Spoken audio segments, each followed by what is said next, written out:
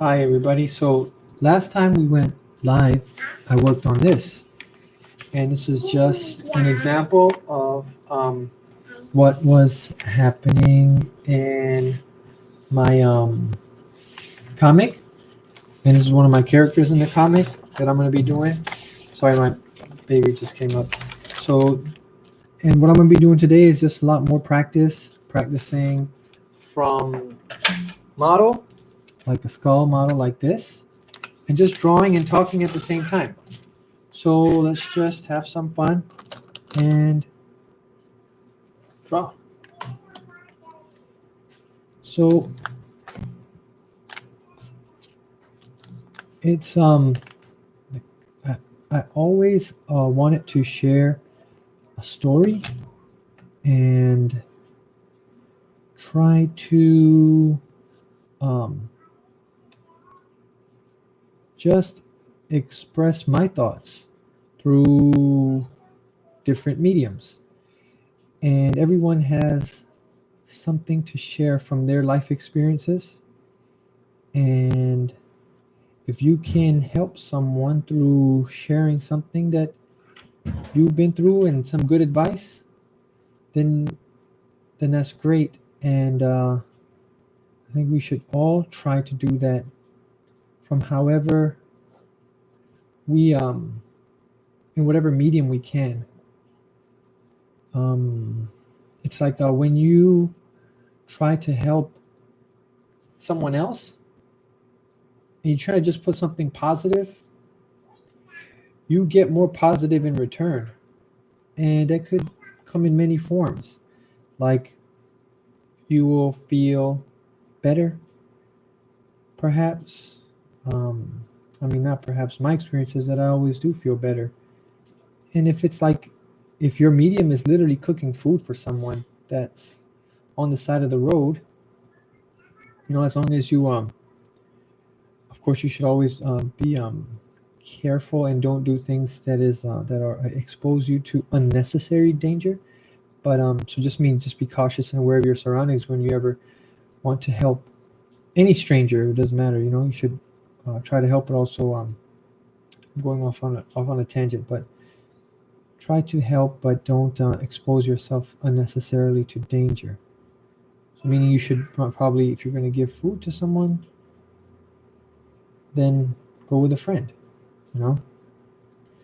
And we're all people, and and just realize how you feel after you've made a nice sandwich. Maybe it's a tuna fish sandwich, and or peanut butter jelly sandwich, something um, actually, there's a thing where I used to have some bars in my car, some like trail mix bars. Those Nature's Own, I think, trail mix bars. And so what happened was I would have these bars, but some people would say I can't have these, and I would ask why, and they would say I don't have like their teeth, like they're older, or they have pain in their teeth, or they just cannot chew because they haven't seen a dentist in a long time. So then I started getting the fig bars, and everybody eats those fig bars. I don't know I forgot the exact name, but they're like you could find them at Costco or something, and they're very soft and they're kind of nutritious. Not, they have some. They're not as bad as those fig bars from the stores our parents used to get probably when we were kids, like those small ones. They come like 50 in a small pack, and they're um, a pretty small size. But yeah, this is not about art, right? Right now, what I'm talking about. But it's good. Try to help someone else in any way you can, and notice how you feel afterward. Perhaps you'll feel much better. And I'm starting to understand more and more that we're all connected, and maybe in ways that we don't even understand how closely connected we are to each other. And when we do help someone else, we're really helping ourselves at the same time. So it's an interesting concept, interesting paradigm where, like, you could, the more selfless you are, it's like the more you help yourself, at the same time. So it's like, is that being selfish then? Right? But no, that's the kind of just something to think about. So I just think that whatever you could do, just do it. And so I want to share something too through art and comic, and just share some good messages and some fun stuff too. Um, as comics are supposed to be fun, right? And I hope to accomplish that in my comic that's coming up. And I hope everyone does like it too. So these pens I got from the 99-cent store. They're called Liquimark, and they're for hand lettering. But they were 99 cents for a pack of two, one with a chisel tip and one with a fine tip. So if you, I mean, see these, they're made in America, it says, and they're just fun and they're nice price. So if you see them, get them. I mean, if you like drawing traditionally. So I like digital art too, but I do more traditional because it informs my digital work. Like the better I get with watercolor, for instance, or acrylic, I just can do digital work better. But it's not the other way around. If you get better at digital, I'm not too sure. Well, maybe it is the other way around too. It just depends on how you apply yourself. But most of the time, if you're not really focused on traditional and you're great at digital, it's you will probably have a hard time learning some traditional techniques. A harder time.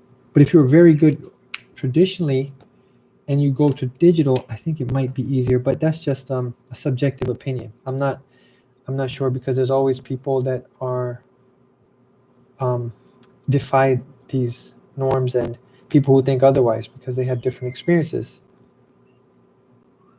I really like Craig Mullins, and he is like amazing traditionally and digitally, and he's considered like the godfather of digital painting because he used to paint in Photoshop when Photoshop was just made. When he was working in Industrial Light and Magic, I think that's how the story goes. His coworkers made Photoshop. So and so yeah, that's how the story goes. So and he was using a mouse to paint, and he was one of the first ones to do it, and he just kept doing it, and people were amazed back then, and people are still amazed with his work now, including me. So that's just a quick skull guy. I'm talking, so I'm actually not actually able to move as fast as I want, which is interesting because these are normally done in 6 minutes, but this is taking a lot longer.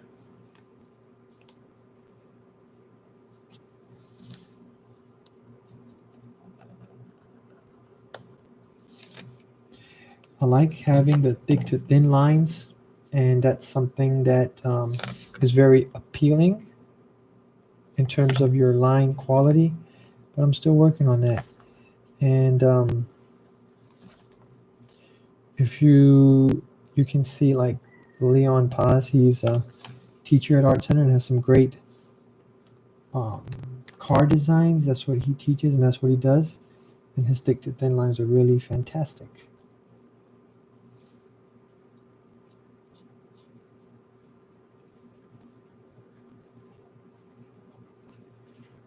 Okay.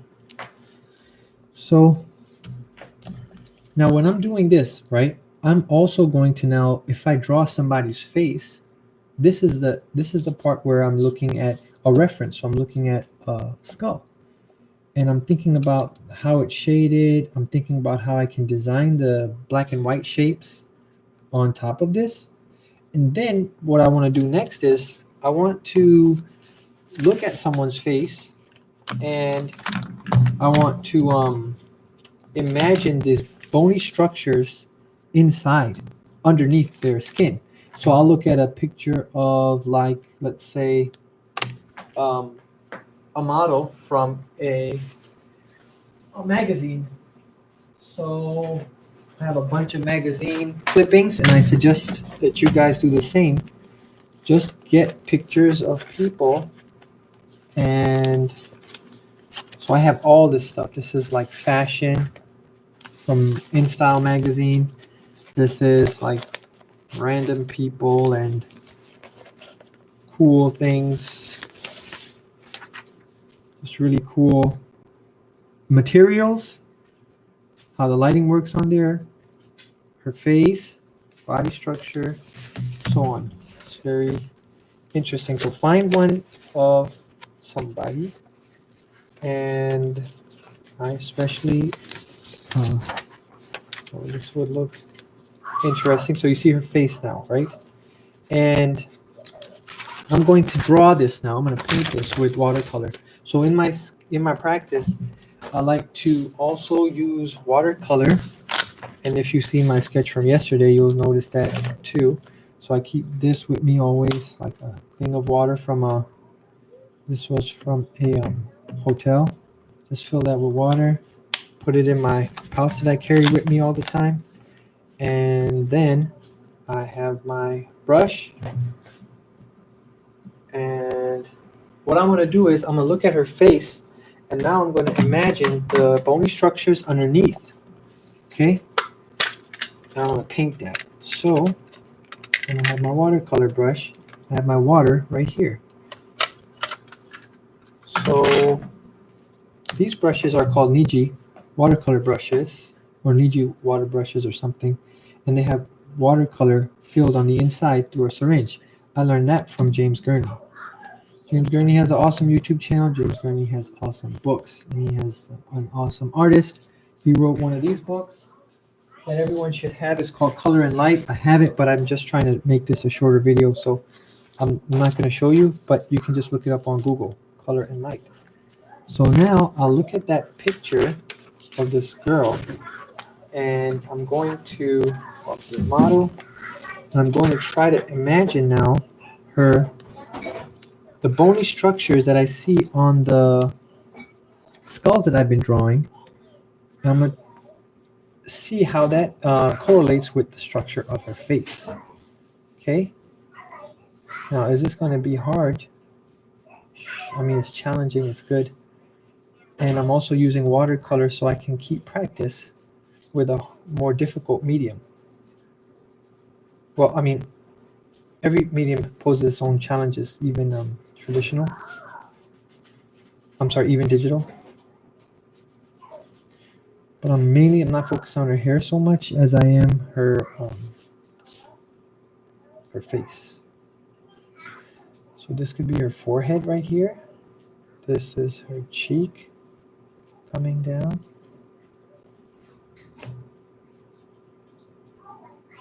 Right here. Splashes of tones. And so I'm dipping my regular watercolor brush, because this helps me get lighter tones. Okay, so I see the cheekbone comes down here, and it really comes on inside, so at an angle, and especially on women, but on men you could exaggerate a more square jaw. On women it's more like a V, generally speaking. Okay, average female and majority of females.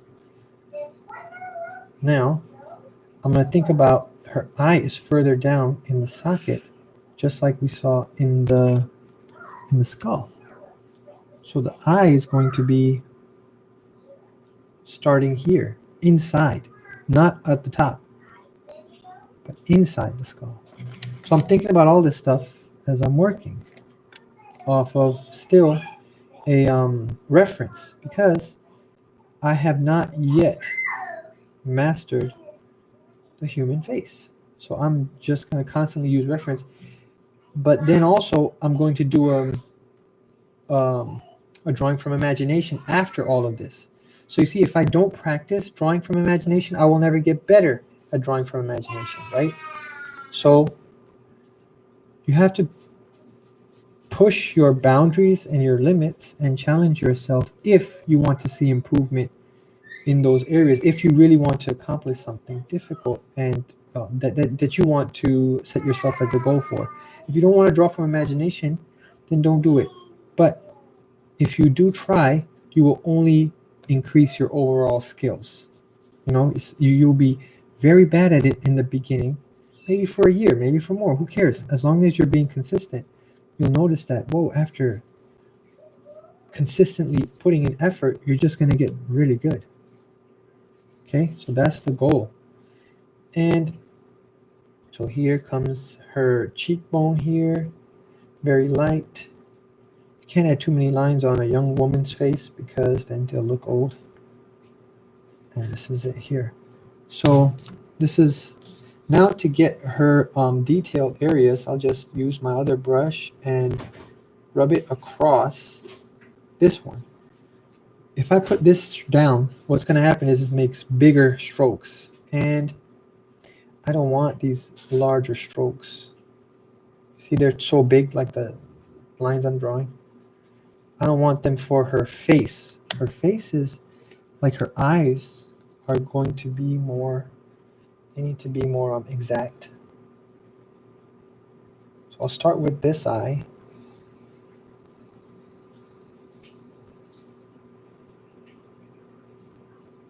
But I'm also not only thinking about the bones underneath, I'm really thinking about her head. I'm thinking about portions of her head in a box, like Andrew Loomis described in his book on figure drawing for all it's worth. And I am imagining that. This eyebrow, even though it might, in the reference for me, looks straight, I have to put some curve on it because it's just too stiff.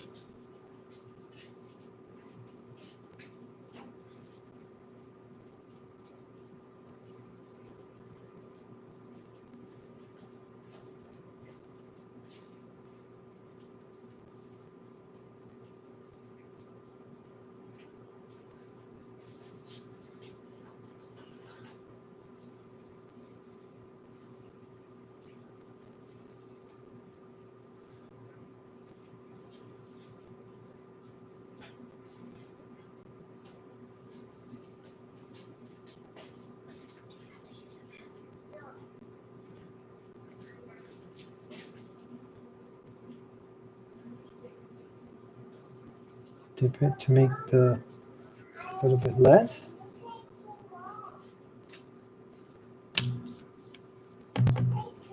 Now I put this into the water, so I have a little bit smaller, less of a tone. There we go. Try and get that thick to thin lines too by flicking the brush.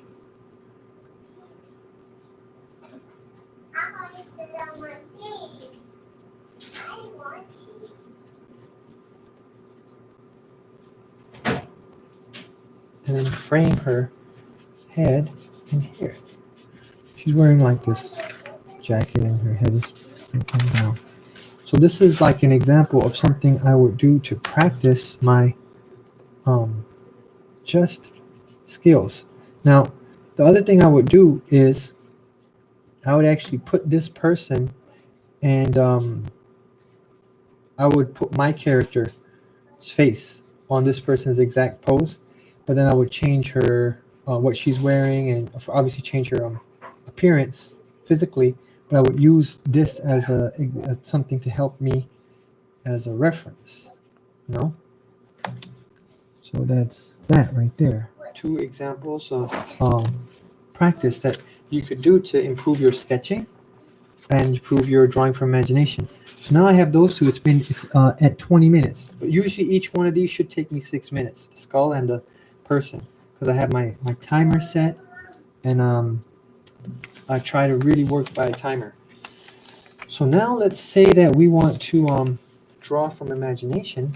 What I would do is, it looks nicer. I'm going to use a pencil, and I have these cool traditional tools like pencils. You guys know what pencils are still, right? It hasn't been that long since digital has come around. So I'm just joking. Some bad joke. Everybody knows what pencils are still. I mean, hopefully. All right, so let's continue and say that I want to make a person, and just like yesterday, I want to, but this time I want to practice a vehicle. So it's going to be really challenging because I don't have any reference to look at right now, and I didn't practice a vehicle beforehand.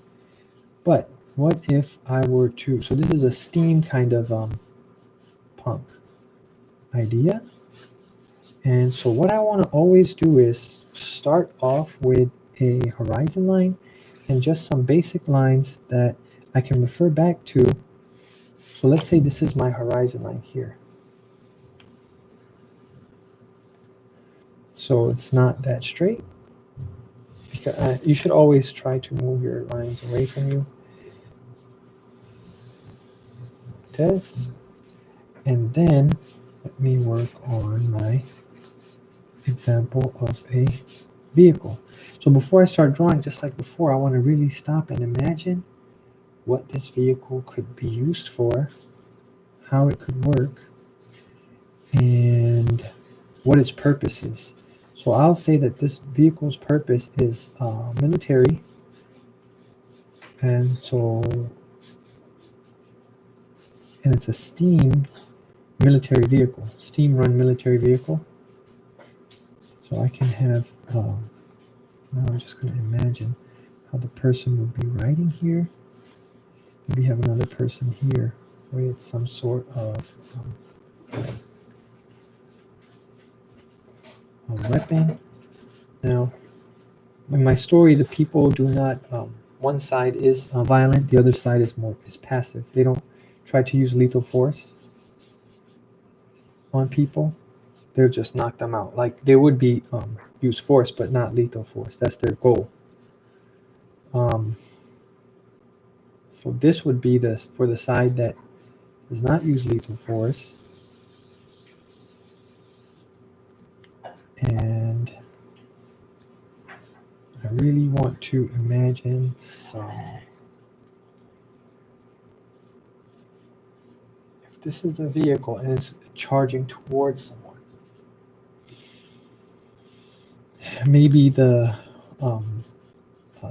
mechanism, the motor could be in the back, and there could be a smokestack in the back that is also pointing up and backwards. So it would blow smoke away, but it could also create a smoke screen. So since it's angled up, someone right behind him that's on his side won't be blinded, but at the same time it will still fall to the ground, creating a smoke screen and protecting them from fire from behind. This is what I'm thinking about as I'm drawing. I have to think about how everything works, and I have to answer the question why. Why is this here? What is the purpose? And when you keep asking why, like when you were kids, that's how you keep learning. And that's how you learn so much as a kid. Like you were falling down after you walked, you would fall down and get up and be like, man, why did I fall down like that? And you would try again and again and again, and you would get better and better. And that's the idea that you want to maintain when you are working here as well. On anything, when you're learning to draw or when you're learning to talk, when you're learning to talk, it was the same thing. Maybe you said something funny, like, man, why did everybody laugh when I said this word like this? Maybe it wasn't meant to be funny, but that asking why is what's going to help you and everybody improve. But now, The moment we stop asking why, and the moment we stop pushing ourselves to, for instance, learn to walk or learn a new language and talk, like we were when we were babies, you'll notice that we'll stop growing as much as we could. So keep challenging yourself, keep trying to grow, and you'll notice that you are getting a lot better at a lot of things. So let's say that I want the engine here. There's a smokestack in the back, uh, and the engine area compartment here. And let's say that, let me make this, can I make this lower? No, if this is the center line, then this actually has to be higher. So the problem I'm running into right now is there's not enough space in the back to accommodate this. Maybe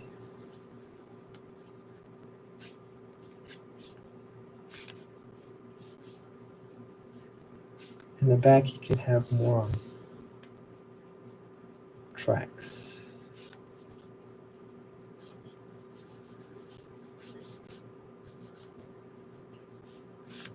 Now when I bring this line to the same vanishing point on the right side, I will know where the ground line is for this.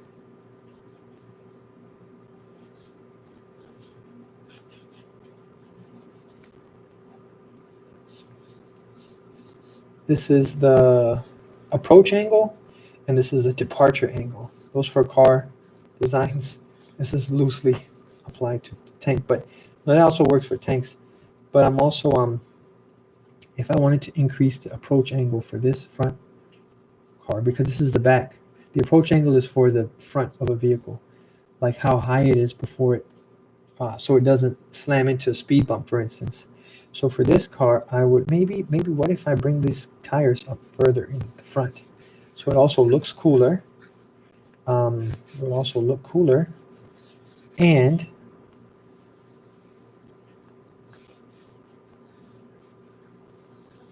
basically the approach angle is very high because the wheels are in front of the vehicle.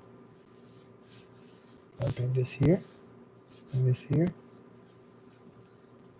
bring this here.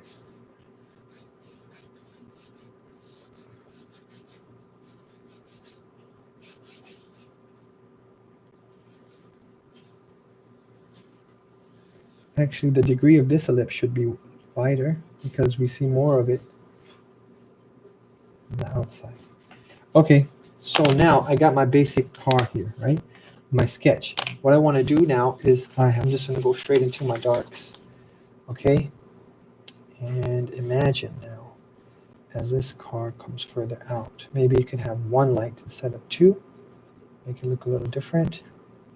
And that light could also have some bars across the front because this is a military vehicle. I'm on 28 minutes.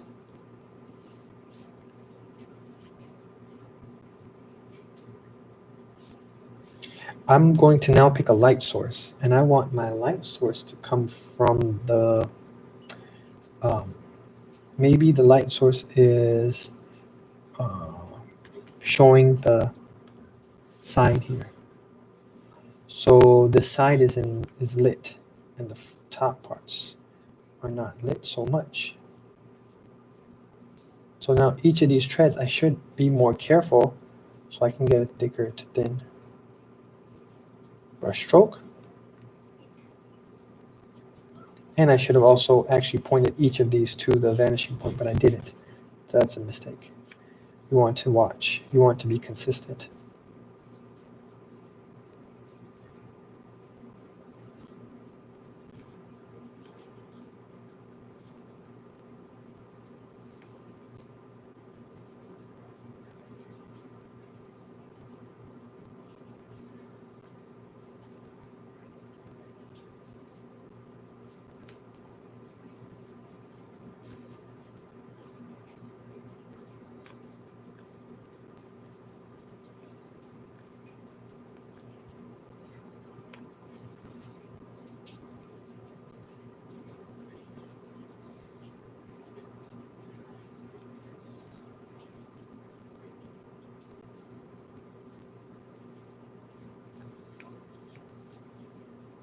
smokestack in the back.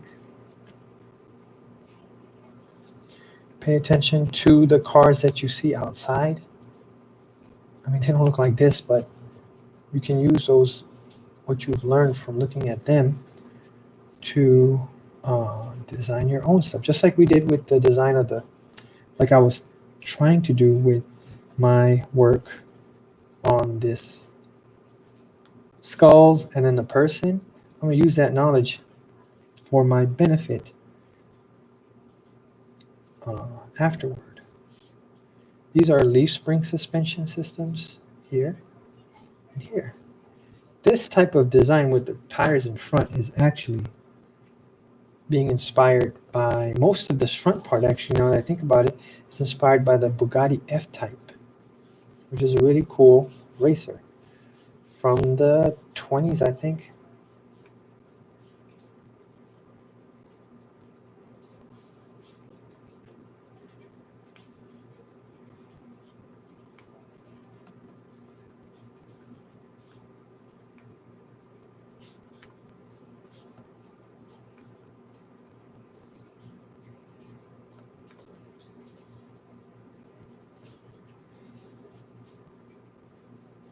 Okay, so I'm on 31 minutes.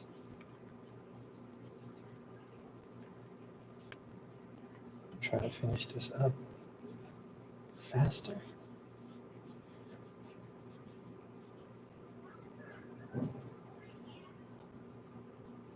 Try to show the form in every stroke, even if you're going quickly.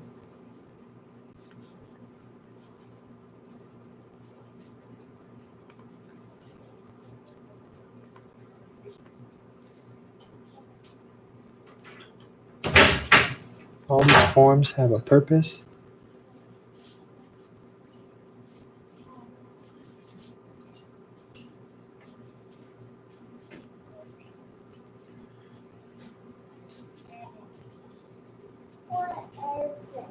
Ways for them to control, definitely inspired by the Bugatti F-Type and those old racers.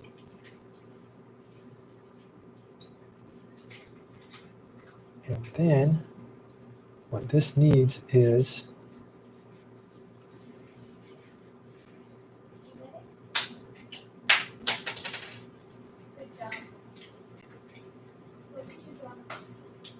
besides the wheels, you could also use something like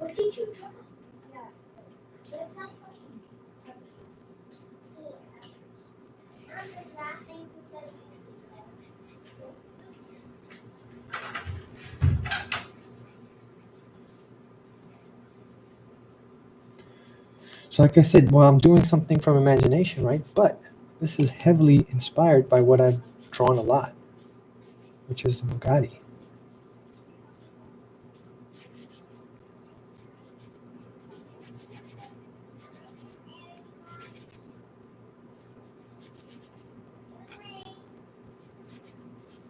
Okay, so there you go.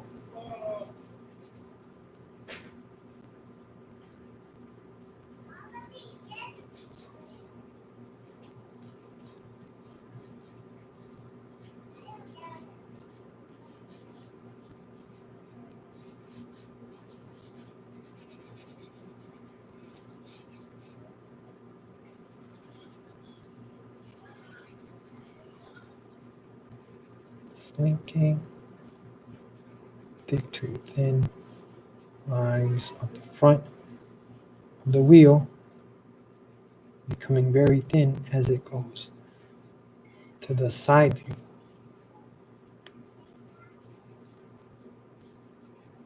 And that sells that it's the front of the wheel.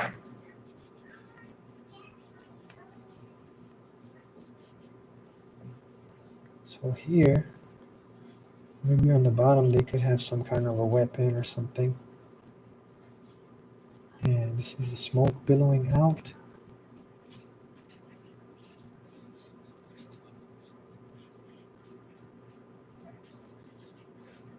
The steam machine.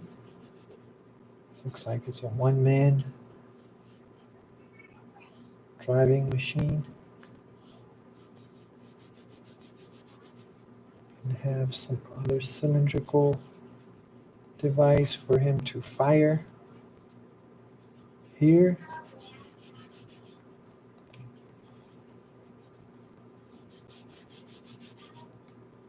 And then what Scott Robertson always says to do, well, is to throw in your shadows on the bottom, the ground plane shadow. Which you should always listen to Scott Robertson. I mean, think about what he's saying, of course. I mean, that goes with anybody.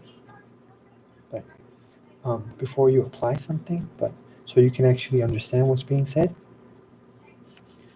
And Scott Robertson is how I learned to even do vehicles, even this funky vehicle, because his books are how I learned perspective. So I recommend you guys check those out for sure. Okay, so now I did all this stuff. I have those other markers. Let me just use these now. So I'll say here, I'm gonna do some these are called section lines, so that I could help to define these shapes, okay? Because these are hard to understand. But with these section lines, they give me the opportunity to communicate my idea more clearly, okay? So as to what everything is, and it also can, for instance, provide new design opportunities where this panel becomes a panel line. And I can use this to, say that this is where he can open this up to have some other element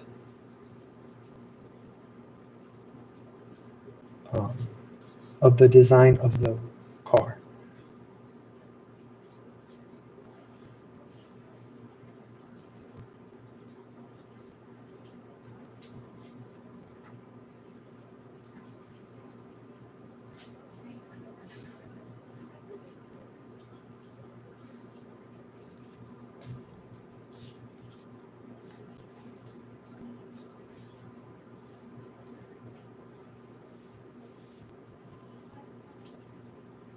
Inside the wheel well a little bit.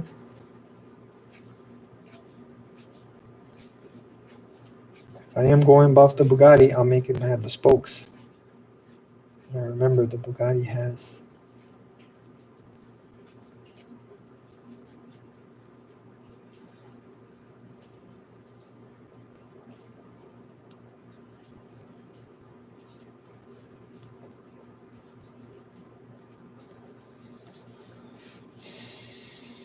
this goes to the left vanishing point, so then you'll see some of those treads in the back. Okay? And coming up here. So now I could just indicate that with a nice silhouette and darken the whole thing if I wanted. That's all good. This is part of my smokestack.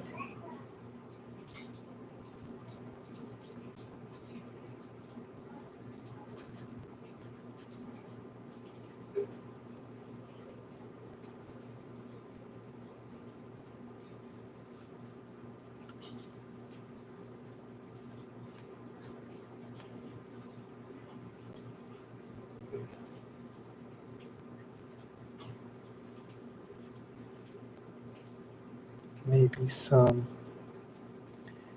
extra moving pieces back.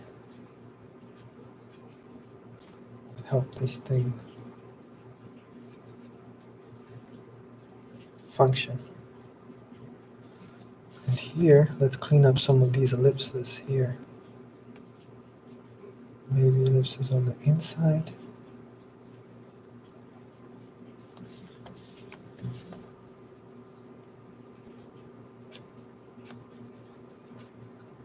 So remember, the book that I'm referring to was How to Draw by Scott Robertson.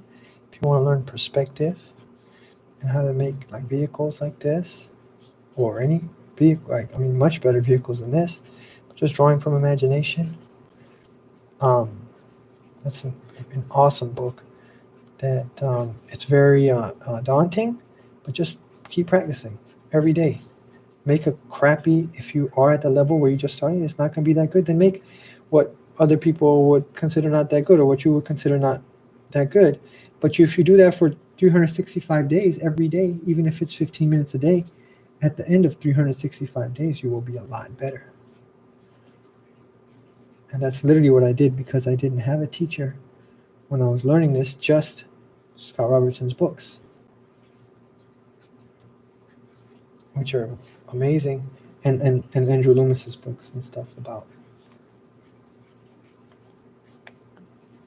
the human figure, and like also has some perspective of human figures, which are incredibly important, even though they're so basic. If you see them, but you got to keep practicing them, and you just get better and better. So this is my design for a vehicle for my comic.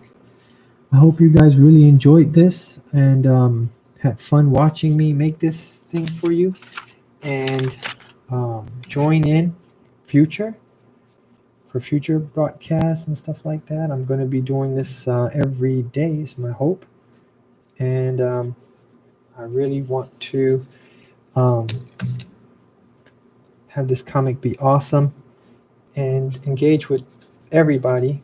If anyone wants to see how I was coming up with these things, they could come to my channel and see for themselves. Okay? Well, I wish you guys have a great day. And right now it's the new year coming around. So happy new year to everyone. And blessings. Peace. See, the more you look at it, the more you're like, man, I got to add that here. I got to add this mechanism here.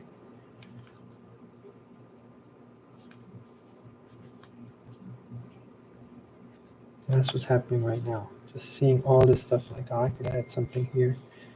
Add another cut line here. Show some perspective. Lines going the other way. If this really comes down, where does this end up? Okay. I hope you liked it. And my signature is at Jamtron Art. I'll see you guys next time. Peace.